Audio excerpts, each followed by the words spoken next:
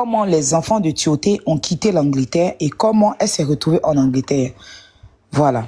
Donc, Mada, pardon, quand elle a fini de faire tout ce qu'elle avait à faire en Côte d'Ivoire, vendre les biens des Tioté et qu'elle n'avait plus rien, elle est rentrée en contact avec la famille Kolo. Eux-mêmes, ils ont dit, hey, ça fait 2 ans depuis ton mari est décédé, on a passé 2 ans à t'appeler pour prendre des nouvelles de ton mari et de tes enfants et toi. Tu ne nous répondais pas. Elle disait que non. Bon, elle expliquait une histoire dormir debout parce que c'est une grosse manipulatrice, en fait. Donc, bon, après, elle a dit que c'était pour prendre les nouvelles de la famille et la famille l'a informé que voilà, l'assurance vie ici et le club de Tioté est en train de chercher à remettre de l'argent à ses enfants. Donc, on va donner ton numéro pour qu'ils puissent te contacter et tout ça. Donc, elle-même, elle a dit qu'elle avait eu écho. Donc, c'est comme ça, c'est la famille Kolo qui a donné son numéro au club. Et ils l'ont contactée. Et c'est comme ça, pour qu'elle puisse venir récupérer l'argent, il fallait qu'elle vienne, elle ait 3 enfants. Parce qu'elle a 2 filles, 1 garçon avec Kolo. Donc, il dit Kolo, avec Tioté. Donc, il fallait qu'elle vienne avec les enfants pour que le club puisse voir et tout ça, pour qu'elle puisse toucher les biens, le droit qui doit reverser aux enfants. Je dis bien aux enfants.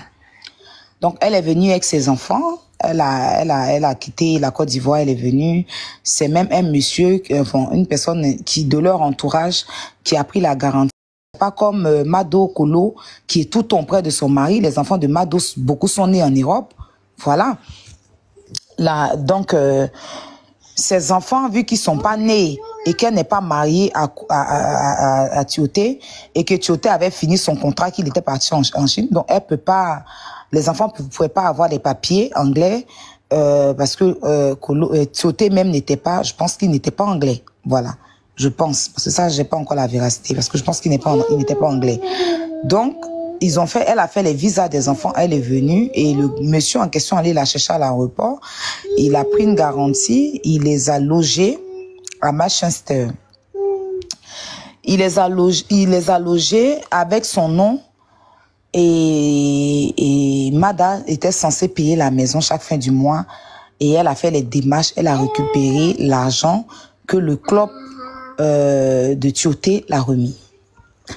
Donc, elle était censée, voilà, rester avec les enfants là-bas pour que les enfants puissent avoir un avenir meilleur. Je n'ai pas dit que la Côte d'Ivoire, il n'y a pas un avenir meilleur là-bas, mais on sait tous que un enfant qui fréquente ou bien qui a ses diplômes en Europe ou bien en Angleterre ou aux États-Unis, c'est des diplômes qui vont loin, faut pas qu'on se mente.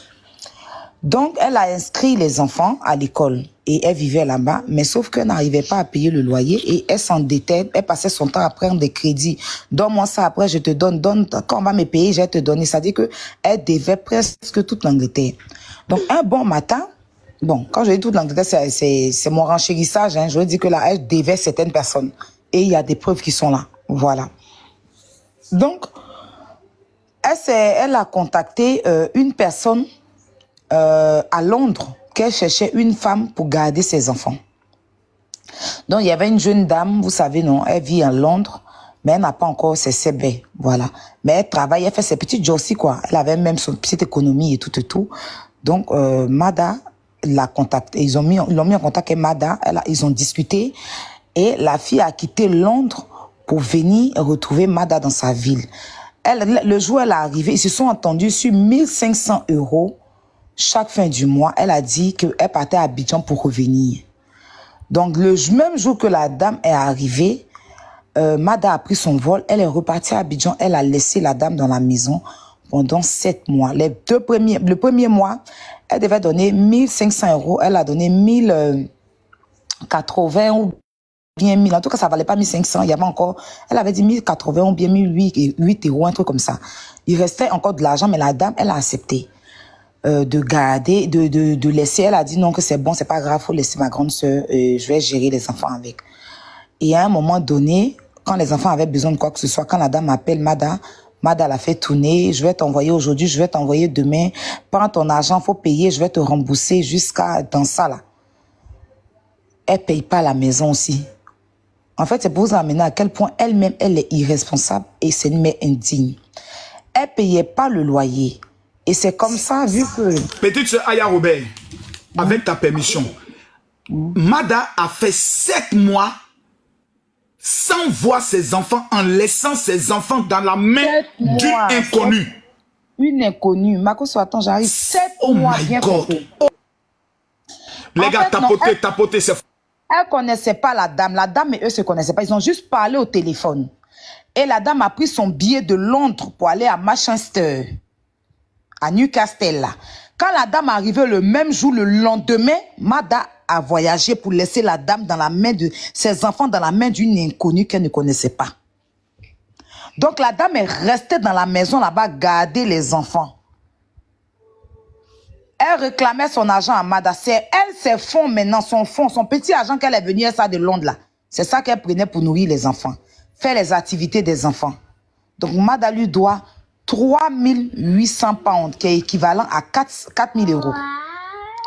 Quand elle appelle Mada pour réclamer son argent, Mada la met ici, Mada la met ici, Mada la met ici, jusqu'à ce que Mada ait des problèmes à payer le loyer et la dame chauffait le monsieur qui a fait la garantie pour qu'elle vise dans la maison là.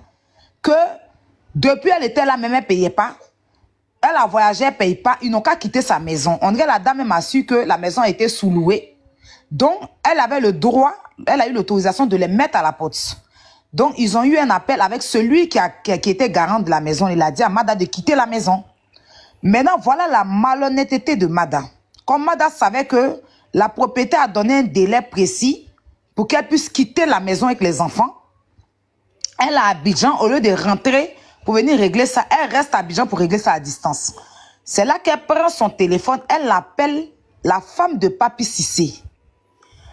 Elle dit à la femme de Papi Cissé que, en fait, elle partait en Côte d'Ivoire, elle avait besoin d'une nounou pour garder ses enfants. Écoutez, hein, et que la nounou en question là n'a pas de papier et que la nounou est illettrée et qu'ils vont arracher ses enfants. Est-ce que la dame peut adopter ses enfants?